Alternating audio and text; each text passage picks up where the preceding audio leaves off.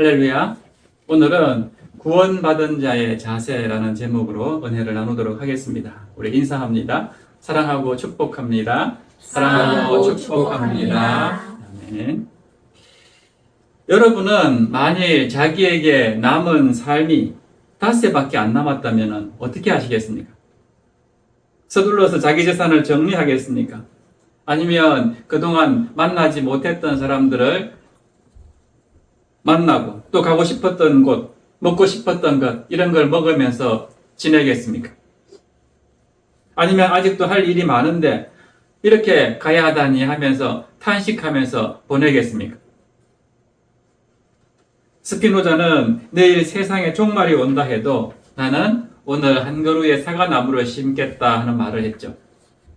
이것은 평소와 다름없이 내일 당장 지구의 종말이 오더라도 나는 늘 평소에 하던 대로 그렇게 살겠다 하는 그런 뜻입니다. 오늘 예수님은 어떻게 하셨습니까? 이제 닷새 후면은 예수님께서 십자가에 달려 죽으십니다. 그렇지만 예수님의 행동을 보면요, 조금도 두려워하거나 염려하는 모습을 발견할 수가 없습니다. 예수님은 이미 자기 스스로 십자가에 달려 죽으셨다가 사흘 후에 살아날 것이다 하는 말씀을 제자들에게 다 이야기했습니다. 그런데도 불구하고 조금도 두려워하는 모습을 찾아볼 수가 없습니다. 도리어 성경에 약속된 예언들을 하나하나 이루어 가시는 것을 보게 됩니다. 이렇게 생의 마지막 주간에도 여전히 자기를 향한 하나님의 뜻 그대로 평상시대로 그렇게 살아가시는 모습을 보게 됩니다. 오늘 본문은 예수님께서 십자가를 지기 위해서 이제 예루살렘으로 입성하는 그런 장면을 기록하고 있는데요. 이 사건은 사복음서에 모두 기록되어 있습니다. 마태, 마가, 누가, 요한 복음에 다 기록되어 있다 하는 것은 그만큼 이 사건이 중요한 사건이라 하는 것을 보여줍니다. 구속 드라마의 하이라이트는 예수님의 생애 마지막 한 주간에 있었던 십자가와 부활 사건입니다. 예수님의 예루살렘 입성은 그 하이라이트의 시작을 알리는 사건입니다. 본문은 그때 있었던 세 가지 에피소드를 소개하고 있는데요. 먼저 28절에서 40절까지는 예루살렘에 입성하는 장면입니다. 28절에 보면은 앞서서 가시더라라고 기록하고 있습니다. 이것은 무엇을 말하는 걸까요? 예수님이 이 땅에 오신 목적은 십자가를 지심으로써 우리를 구원하시기 위한 것이 이 땅에 오신 목적이었습니다. 그런데 지금까지는 기다리셨습니다. 때를 기다리셨습니다. 전에는 놀라운 능력을 행하면서도 그것을 비밀로 하기를 원하셨습니다. 그래서 오병이어의 기적을 행하실 때 사람들이 자신을 왕으로 삼으려는 것을 알고는 예수님이 어떻게 하셨습니까? 그 자리를 피하셨습니다.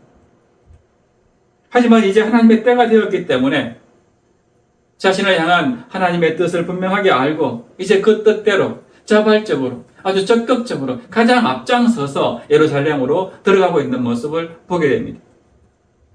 그래서 지금 제자들과 무리를 이끌고 예수님이 가장 앞장서서 예루살렘을 향해서 가고 있는 것입니다. 그렇게 앞장서 가시다가 감람몬이라 불리는 산 쪽에 있는 벳바게와 베다니에 가까이 가셨을 때에 갑자기 제자들에게 이렇게 말씀하십니다. 30절 보세요. 이르시되 너희는 맞은편 마을로 가라. 그리로 들어가면 아직 아무도 타보지 않은 나귀 새끼가 매여 있는 것을 보리니 풀어 끌고 오라. 예수님은 두 제자를 맞은편 마을로 보내서 아무도 타보지 않은 나귀 새끼 한 마리를 끌고 오라라고 명령합니다. 예수님은 나귀가 어디에 있고 그 나귀는 아직 사람을 한 번도 태우지 않은 나귀라는 것을 알고 계셨습니다. 그리고 누가 나귀를 푸는 것을 보고 주인이 왜 내 나귀를 풀어가냐라고 그 이유를 물으면은 주가 쓰시겠다 하라라고 이렇게 답변할 내용까지 다 알려주십니다. 제자들은 예수님의 이 말씀에 순종해서 그곳에 가서 나귀 새끼를 끌고 옵니다. 그리고는 그 나귀 위에다가 그들의 옷을 펴서 안장으로 삼아 예수님을 태우시고 그리고 예수님이 가시는 걸음걸음마다 이제 자기 옷을 또 길가에 펴서 예수님이 밟고 가시도록 합니다. 이 모든 상황은 구약 성경 스가랴 9장 9절에 이미 예언되어 있는 말씀이었습니다. 스가랴 9장 9절 보세요. 시온에 따라 크게 기뻐할지어다. 예루살렘에 따라 즐거이 부를지어다. 보라, 내 왕이 내게 임하시나니 그는 공의로우시며 구원을 베푸시며 겸손하여서 나귀를 타시나니 나귀의 작은 것 곧 나귀 새끼니라. 이미 구약시대에 예언되었던 이 말씀을 예수님께서 그대로 성취하면서 예루살렘으로 들어오고 계신다 하는 것입니다. 그런데 만왕의 왕 되시는 예수님께서 개선 장군처럼 그렇게 백마를 타거나 말을 타고 들어오시지 않고 나귀 새끼를 타셨다 하는 것은요, 예언의 성취이기도 하지만은 더 중요한 의미가 있습니다. 그것은 왕은 왕이지만은 무력으로 통치하는 왕이 아니라 겸손의 왕이고 평화의 왕이다 하는 것을 보여줍니다. 그런데 무리들은 예수님께서 예루살렘으로 들어와서 지금까지 보여주셨던 그 놀라운 능력으로 로마 군대를 몰아내고 또 이스라엘의 독립과 이스라엘의 왕이 되어서 과거 다윗 시대의 그 영광을 재현해 주기를 바랐습니다. 지금 예루살렘으로 들어오는 것은 다른 목적이 아니라 자기들의 기대대로 이제 로마 식민지에서 벗어나서 우리를 다윗 시대와 같은 그런 위대한 나라로 만들어 주기를 바랐던 그런 마음 때문에 이렇게 외치고 호산나를 외치고 즐겁게 맞이하고 있는 것입니다. 이런 잘못된 생각으로 주님을 따랐기 때문에 나중에 예수님께서 허망하게 체포되시고 또 십자가에 달려 죽어질 때는 어떻게 했습니까? 제자들까지도 다 도망치고 말았던 것이죠. 어쩌면 예수님을 환호한 사람들 가운데 예수님을 십자가에 못 박으라고 소리를 지른 사람들도 분명히 있었을 것입니다. 이런 그들의 열정과 환호는 결국 헛되고 무의미한 것이 되고 말았습니다. 요한복음 12장 28절에 보면요, 처음에는 제자들이 예수님께서 왜 이렇게 나귀 새끼를 타고 이렇게 예루살렘에 입성했는가 그 의미를 전혀 깨닫지 못하다가 나중에 주님께서 영광을 얻으신 이후에 이 사건의 의미를 깨달았다라고 기록하고 있습니다. 이렇게 겸손의 왕이시고 평화의 왕으로 나귀 새끼를 타고 예루살렘에 오시는 예수님이 감람산 내리막길에 이르시니까 제자의 온 무리가 기뻐하면서 큰 소리로 하나님을 찬양했다라고 기록하고 있는데요. 37절에 보면요, 그렇게 기뻐하며 찬양한 이유를 자기들이 본 바 모든 능한 일로 인하여 라고 말씀합니다. 그들이 본 능한 일들이 무엇입니까? 예수님께서 복음을 선포하시고 귀신을 쫓아내시고 병자를 고치시고 또 죄인들을 영접하시고 이런 등등의 일들을 말합니다. 그들 중에는 예수님께서 여리고에서 맹인 바디메오를 고친 사건을 본 사람도 있을 것입니다. 또 베다니에서 죽은 나사로를 살린 그런 일들을 본 사람도 있을 것입니다. 이런 예수님의 권세와 능력을 본 사람들은 한 목소리로 이렇게 말합니다. 찬송하리로다 주의 이름으로 오시는 왕이여, 하늘에는 평화요 가장 높은 곳에는 영광이로다 라고 외칩니다.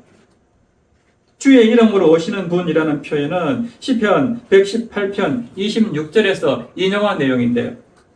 유대인들의 주요 절기에 예루살렘을 방문하는 순례자들을 환영하면서 하나님의 선하신 뜻이 자신들의 땅에 임하기를 기원하면서 불렀던 시편입니다. 그 시편이 지금 나귀 새끼를 타고 예루살렘에 입성하시는 예수님을 향해서 불려지고 있는 것입니다. 그런데 다른 복음서와는 달리요, 이 누가복음을 지은 누가는 호산나, 우리를 구원하소서 이런 군중들의 외침은 생략하고 대신 평화의 메시지를 뚜렷하게 부각시키고 있는 것을 보게 됩니다. 하늘의 평화를 이 땅에 가져다 줄 그 왕을 향한 무리들의 갈망을 누가는 포착해서 이렇게 기록하고 있는 것입니다. 하지만 지금 이 무리들은 그 왕이 굴림이 아니라 죽음을 통해서 또 영광이 아니라 수치의 십자가를 통해서 그리고 선동이 아니라 섬김을 통해서 평화를 이룰 것이다 하는 것은 전혀 예상하지 못했습니다. 이렇게 다들 예루살렘으로 입성하시는 예수님을 기뻐하며 찬양하고 있는데 본문에는 한쪽에서 아주 씩씩거리는 사람들을 등장시키고 있습니다.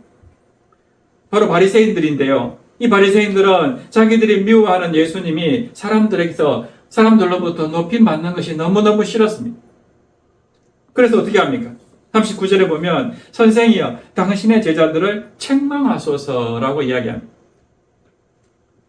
더구나 시편 118편, 그 하나님이 이 땅 가운데 임재하기를 간절히 바라는 그런 118편의 이 찬송이 예수님을 향해서 울려 퍼지는 것에 대해서 도무지 용납할 수가 없었던 것입니다. 자기들은 예수님을 메시아로 인정하지 않고 있었기 때문에 마치 예수님을 하나님처럼 그렇게 인정하며 부르는 이 118편의 노래가 군중들의 입을 통해서 흘러나오는 것을 도무지 용납할 수가 없었던 것입니다.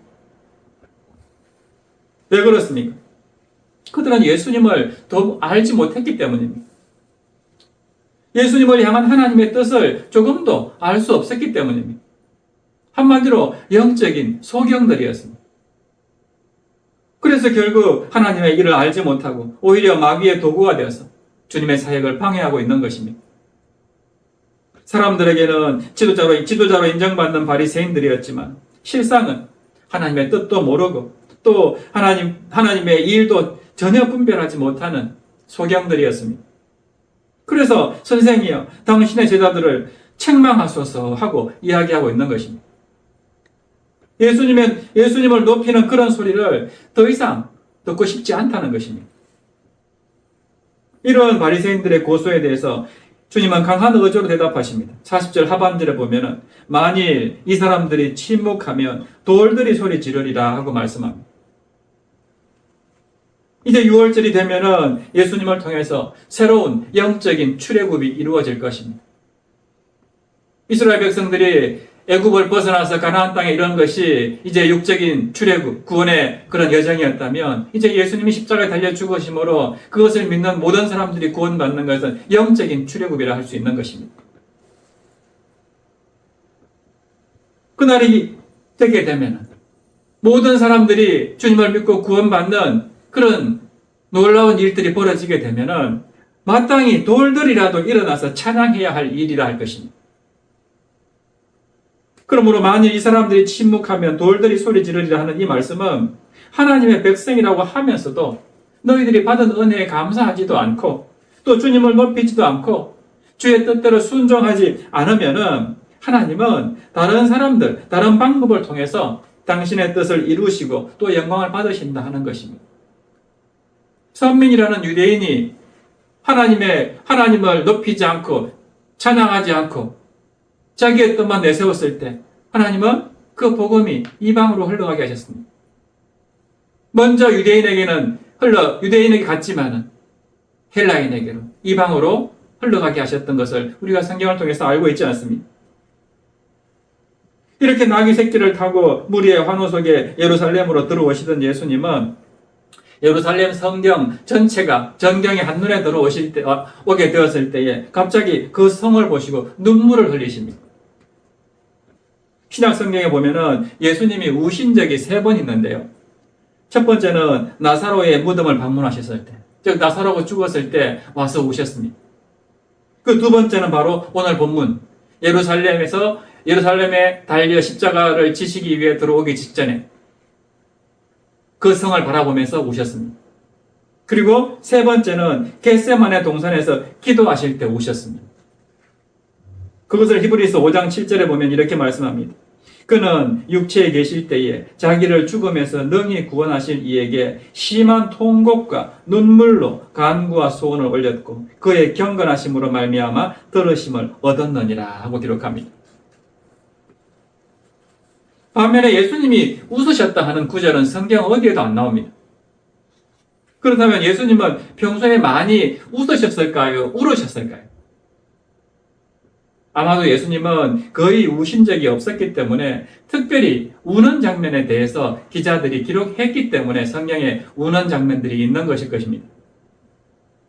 종교 지도자들이 예수님을 가리켜서 먹기를 탐하고 포도주를 즐기는 사람이요 세리와 죄인의 친구로다 한 것을 보면 예수님은 늘 밝은 모습으로 온화한 모습으로 그렇게 소외되거나 연약한 자들에게 다가가셔서 위로하거나 고쳐주시면서 그들과 함께 웃었을 것입니다.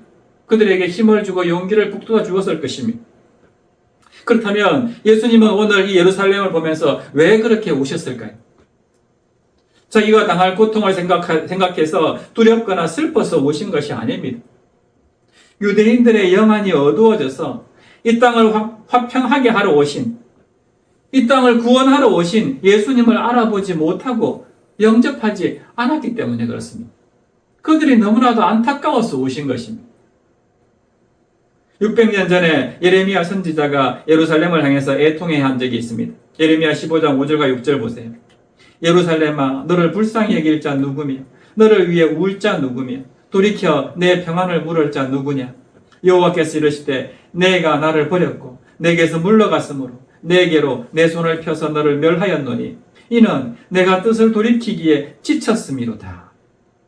구약시대에도 이렇게 예루살렘 유다 백성들이 끝내 회개하지 않고 하나님의 뜻을 모르고 이렇게 살아가는 모습을 보고 예레미야 선지자가 망할 유다 땅, 그 예루살렘 성을 바라보면서 애통해야 하는 표현입니다. 마찬가지로 지금 예수님도 동일한 마음으로 예레미야와 같은 그 안타까운 마음으로 이제 곧 망하게 될 예루살렘 성을 향해서 보면서 울고 계시는 것입니다. 본문 42절에서 44절 말씀이 이제 예루살렘이 어떻게 망하게 될 것인가, 예수님이 왜 우셨는가 하는 것을 보여주는 내용인데 보세요. 이르시되 너도 오늘 평화에 관한 일을 알았더라면 좋을 뻔하였거니와 지금 내 눈에 숨겨졌도다. 날이 이를지라 내 원수들이 토둔을 쌓고 너를 둘러 사면으로 가두고 또 너와 및 그 가운데 있는 내 자식들을 땅에 메어치며 돌 하나도 돌 위에 남기지 아니하리니 이는 내가 보살핌 받는 날을 알지 못함을 인함이니라 하시니라. 예수님이 예언한 이 종말의 날은 예루살렘의 함락으로 문자적으로 완전히 이루어졌습니다. 서기 70년에요. 예루살렘을 함락시키기 위해서 로마의 티투스 장군이라는 이 장군이 군대를 이끌고 예루살렘을 공격해 옵니다. 그래서 3일 만에 여기 토둔이라고 나와 있는 이게 토성인데 예루살렘 성에다가 맞은편에다 토성을 쌓고 예루살렘을 포위합니다. 그리고 당시 유월절을 지키기 위해서 각지에 모여든 100만 명이 훨씬 넘는 유대인들이 성 안에서 이 포위된 상태로 먹을 것이 없어서 굶어 죽게 됩니다. 또 질병으로 죽게 됩니다. 그리고 성전을 포함해서 모든 건물들은 다 불에 태워져 버렸습니다. 특히 성전 기둥과 내부를 금으로 장식해 놓았는데요. 불이 활활 타붙으니까 금이 어떻게 됩니까? 다 녹아내립니다.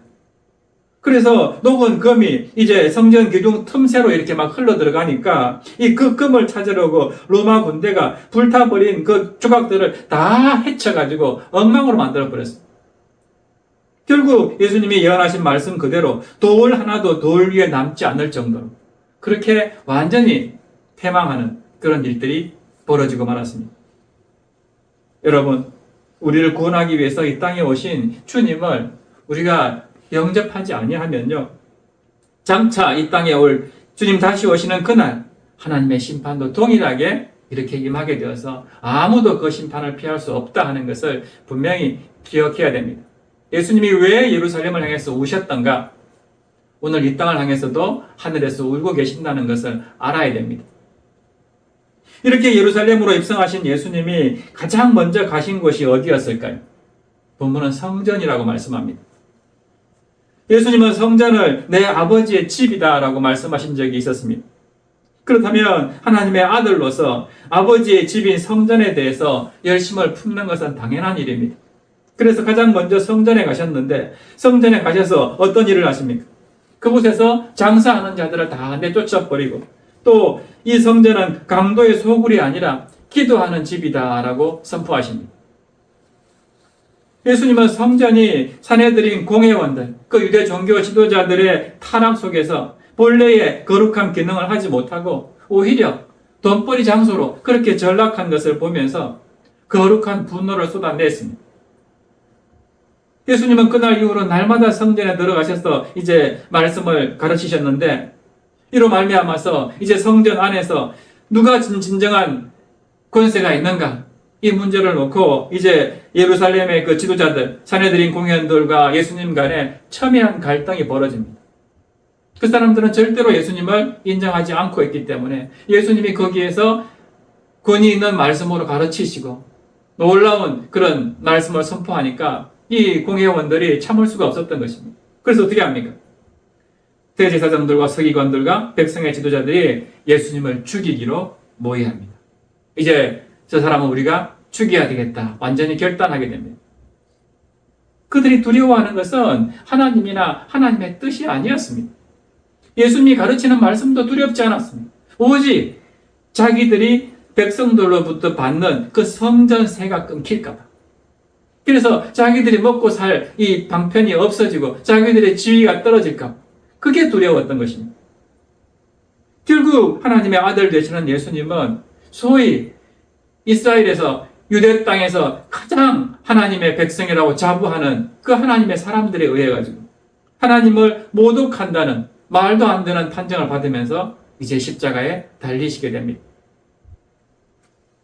그런데 이 모든 것들이 다 구약의 예언이 그대로 성취된 일이었습니다.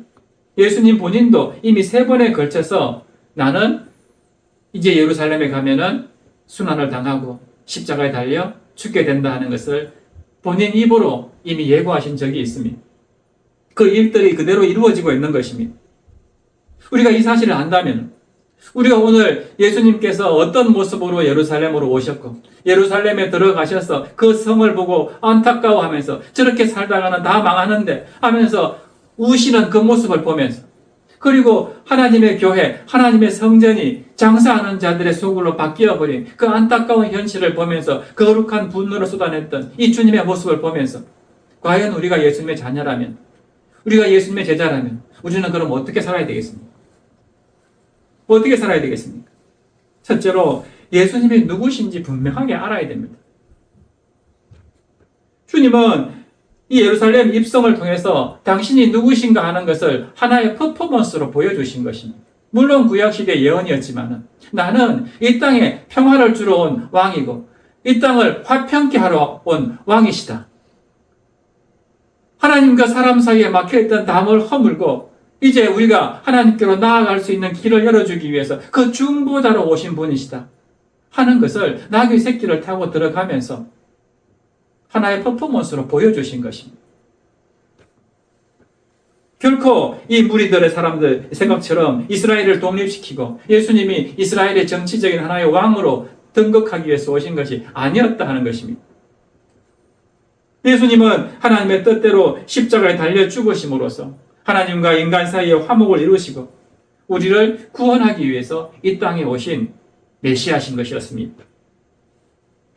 그러므로 우리가 이 예수님을 분명히 알고 우리도 예수님처럼 겸손하게 이 땅을 화평케 하는 늘 말씀드리지만 피스 메이커의 역할을 잘 감당해야 됩니다. 두 번째로 우리는 우리 자신을 또 잘 알아야 됩니다. 오늘 예루살렘에 예수님이 입성하실 때 주변에 둘러쌌던 무리들이 왜 그렇게 열광적으로 환호했습니까? 그들은 예수님께서 자기들의 문제를 해결해 줄 것으로 기대했기 때문입니다. 하나님의 뜻이 아니라 내 문제, 내가 지금 로마의 식민지 상태에서 너무너무 힘들고 먹고 살기 어렵고 그런 상태를 예수님께서 오시면 다 해결해 줄 것으로 믿었기 때문입니다. 전에 보았지만 오병이의 기적을 행했을 때도 사람들이 예수님을 왜 왕으로 세우려고 했습니까? 이 오병이어를 가지고도 5,000명을 먹이는 놀라운 기적을 보면서 예수님은 우리의 왕이 되면은 얼마나 우리가 다 잘 살 수 있을까? 이런 생각 때문에 왕으로 모시려고 했던 것이죠. 다 자기 뜻을 이루기 위해서 예수님을 그렇게 열렬하게 호산나 호산나 우리를 구원하소서 하면서 열정적으로 외쳤던 것입니다. 그러나 주님의 뜻은 그게 아니었다는 것입니다. 예수님은 우리를 구원하기 위해서 우리를 육체적으로 잘 살게 하기 위해서가 아니라 우리를 영원한 하나님 나라의 백성으로 구원하기 위해서 이 땅에 오신 것입니다. 그래서 그 길은 내가 십자가에 달려 죽는 것이다 하는 것을 아시고 그 길을 걸어가신 것입니다. 그 주님은 우리에게도 말씀합니다. 누구든지 나를 따라오려거든 자기를 부인하고 자기 십자가를 지고 나를 따르라 라고 말씀합니다. 그렇다면 우리는 나에게 맡겨진 그 십자가를 지고 예수님을 따라가야 됩니다. 그것이 우리를 향하신 주님의 뜻입니다. 그래서 성경이 말씀하는 것처럼 남을 비판하거나 정죄하는 삶이 아니라 원수까지도 사랑하고 용납하고 용서하는 마음을 품으면서 하나님을 사랑하고 이웃을 사랑하며 살아가는 것, 그게 바로 우리가 스스로 알아야 되고 우리가 해야 될 본분이라는 것을 기억하시기를 바랍니다. 세 번째로 우리가 진정한 주님의 자녀라면은 우리에게 주어진 사명이 무엇인가도 우리가 분명히 알아야 됩니다. 죄로 인해서 죽을 수밖에 없는 인생을 구원하고 또 잃어버린 영혼들을 구원하기 위해서 하나님의 뜻에 전적으로 순종하고 있는 이 주님의 모습이 얼마나 아름답습니까? 예수님께서 보여주신 이 모습이 오늘 우리의 사명과도 연결이 되어야 됩니다. 그분이 보여주신 온전한 사랑을 안다면은 우리는 우리 자신을 드리지 않을 수가 없습니다. 이것을 깨달았던 시인은요, 시편 118편 17절에서 이렇게 고백하였습니다. 내가 죽지 않고 살아서 여호와께서 하시는 일을 선포하리로다. 아멘. 이건 무슨 말이냐면 내가 사는 동안, 죽지 않고 내가 사는 동안 하나님께서 하시는 일을 선포하겠다. 나를 살려주신 그 은혜, 나를 구원해 주신 그 하나님의 사랑, 이것을 잊지 않고 내 생명 다하는 날 그날까지 그 은총, 하나님의 놀라운 사랑을 전하면서 그렇게 살겠다 하는 결단의 고백입니다. 우리의 부족함과 연약함, 우리의 많은 허물과 무지함에도 불구하고 하나님께서 우리를 택하시고 또 그 택한 백성을 예수님의 십자가 보혈로 구원해 주셔서 이제 이 땅 살아가는 동안도 성령으로 인쳐가지고 날마다 우리가 넘어지더라도 완전히 넘어지지 않도록 붙들어 주시고 날마다 우리가 말씀 가운데 하나님 바라보면서 구원의 길로 걸어가도록 하시는 이 주님의 사랑을 안다면은 어떻게 해야 되겠습니까? 마땅히 우리도 이 시인의 고백처럼 하나님의 은혜, 그 하나님의 사랑을 온 땅 가운데 선포하면서 증거하는 삶을 살아야 하는 것입니다. 그것이 우리의 사명입니다. 그런데 우리가 그 사명을 감당하지 않으면 어떻게 한다고 합니까? 그렇게 우리가 하나님을 찬양하고 하나님을 높이는 삶을 살지 않으면 오늘 주님이 뭐라 하십니까? 돌들이 그 자리를 대신하게 될 것이다라고 말씀합니다. 무슨 말이냐 하면 나 대신에 하나님을 찬양하고 하나님께 구원받을 다른 백성들도 얼마든지 넘쳐난다는 것입니다. 뭐 나만 구원받으면 뭐 다 되는 것처럼 생각하지만 그렇지 않다는 것이죠. 하나님은 우리가 하나님을 찬양하지 않으면 또 다른 사람들을 구원하셔가지고 하나님을 찬양하게 만들 수 있는 그런 분이십니다. 그러므로 아직도 구원받지 못한 형제 자매를 위해서 우리가 주님의 심정으로 울 줄 알아야 됩니다. 예루살렘을 향해서 우신 예수님의 그 심정을 본받아서 우리도 죽어가는 영혼들을 향해서 울 줄 알아야 됩니다. 입술로만 주여 주여 하면서 주님 섬기지 못하는 자들을 위해서 주님의 마음을 품고 울 줄 알아야 됩니다. 여러분, 오늘 이 자리에 앉아있는 우리 각자를 바라보는 주님의 시선이 느껴지십니까? 그 주님이 지금 여러분들을 바라보신다면 어떤 눈으로 바라보고 계실까요? 여러분은 과연 진정으로 이 주님의 사역을 돕고 있습니까? 아니면 주님의 사역, 주님이 하시는 일을 그저 구경만 하고 있습니까? 아니면 다른 사람들이 주님을 섬기는 것을 저 사람은 너무 잘난 척한다, 못마땅해 하고 있습니까? 이 시간 나의 입술을 통해서는 어떤 소리가 주님께 올라갑니까? 사망의 엄침한 골짜기에서 건져주신 그 여호와의 구원을 감사하며 찬양하는 그런 노래의 소리가 올라가고 있습니까? 아니면 내 생각대로 하나님께 응답하지 않는다고, 내가 뜻하는 대로 하나님께서 인도하시지 않는다고 늘 원망하고 불평하는 소리가 올라갑니까? 아니면 내 욕구를 빨리빨리 채워주지 않는다고 하나님께 닥달하는 그런 소리가 올라가고 있습니까? 우리가 진정으로 구원받는 하나님의 백성이라면요, 시편 118편 오늘 시인의 고백처럼 내가 죽지 않고 살아서 여호와께서 하시는 일을 선포하겠다, 이런 결단의 고백이 하나님께로 올라가야 될 줄로 믿습니다. 그리고 이 시대를 향해서 안타까운 마음으로 울고 계시는 주님의 마음을 품어야 됩니다. 아직도 많은 사람들이 죽어가고 있다는 것, 영적으로 하나님을 모르고 예수님을 모르고 죽어가고 있다는 것을 생각하면서 가까이에 있는 내 주변에 있는 사람들을 위해서 주님의 마음을 품고 울 줄 알아야 됩니다. 저렇게 살다가는 정말 얼마 못 가서 영원히 죽게 될 터인데, 이런 안타까운 마음을 가지고 정말 울면서 그 사람을 위해서 기도할 줄 알아야 됩니다. 그것이 바로 우리에게 주어진 사명이고 우리가 주의 자녀로서 구원받은 자로서 마땅히 해야 할 일이다 하는 것을 기억하면서 특별히 사순절 기간을 지나고 있는데 이때 주님의 사랑, 주님의 그 희생 기억하면서 우리도 그런 마음으로 많은 영혼들에게 주님을 증거하는 귀한 그리스도인들 다 되기를 주님의 이름으로 축원합니다. 그래서 이 시간 우리 함께 찬양할 텐데요. 나는 주님의 기쁨이 되기를 원합니다 하는 찬양입니다. 가사에 나오는 것처럼 주님의 기쁨이 되기를 원합니다. 내가 원하는 것은 오직 한 가지, 주님의 기쁨이 되는 것입니다. 이런 가사의 고백을 마음에 담아서 함께 찬양하고 기도합니다.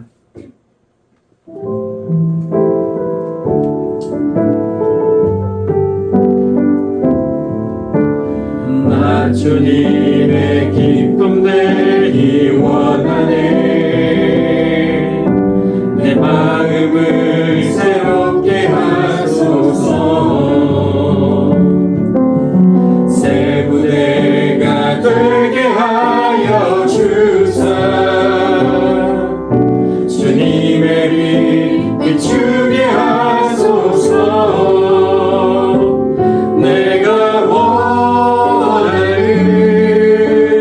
한 가지, 주님의 기쁨이 되는 것. 내가 원하는 한 가지, 주님의 기쁨이 되는 것. 겸손히 내 마음 드립니다. 나의 모든 것 받으소서. 나의 마음 깨끗게 씻어주사. 주의 길로 행하게 하소서. 내가 원하는 한 가지, 주님의 기쁨이 되는 것. 내가 원하는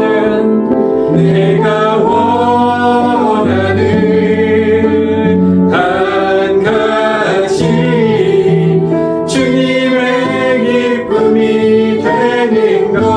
내가 원하는 한 가지, 내가 원하는 한 가지, 주님의 기쁨이 되는 것.